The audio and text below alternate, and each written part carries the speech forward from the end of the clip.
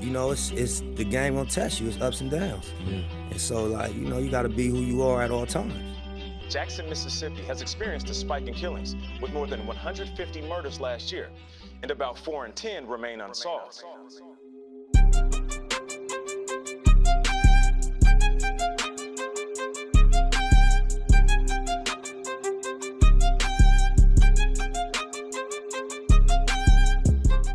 Yo, what's good, everybody? My good people. It's your guy, Kid Bailey, with the Neapoltan Ice Cream Experience, and I'm bringing you guys another segment. I wanted to talk through another angle that I feel would actually help a lot of you guys in my audience: recruiter engagement.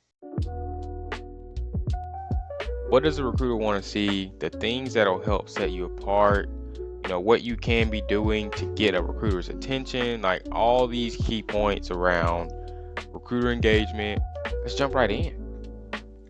First things first, I've been really disappointed with a lot of the candidates that I've been coming across and talking with via LinkedIn, messaging. You know, you really don't see many candidates wanting to actually have candid conversations and actually build connections. Like, they're really all just wanting you to give them specifics about the position, and then in return they're looking to just dismiss you and just move on. You know what I mean? Like, they don't really hold the value of a good recruiter in the front of mind anymore, and they just look at all recruiters as the same, as like we're just all this one size fits all person of like, oh, they're not gonna be real, they're not gonna tell me what's important, what I need to know. And so that's number one. Be transparent and be real. You know, as a recruiter, I try to do my best to be that 1%.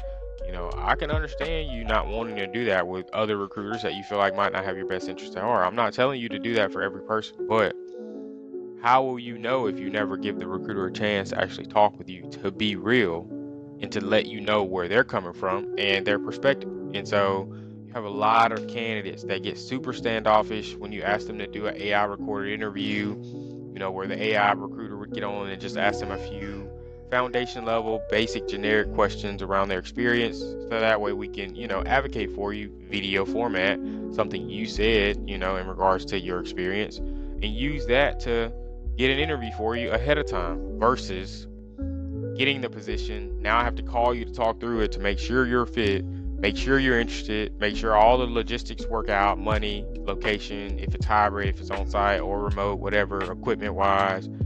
Some companies are requiring specific internet, like you got to have fiber internet to do remote work for them, that type of stuff, or expenses, things like that. If you're traveling, getting those handled. And so there's a lot of things that go into it. And so overall, like I said, the angle here: be real, be transparent, talk about what you want. You know, a good recruiter isn't going to just ask you what you're looking for financially.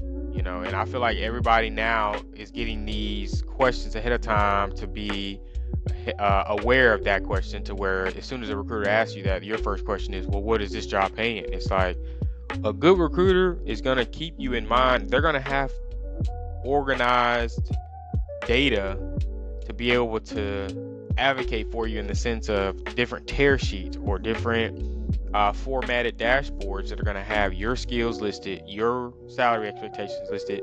You have this skill set, you're in this area. So if I get a position anywhere in this arena, I can reach out to you and say, hey, I just got a spot in this area. I know what you're looking for financially. It fits that.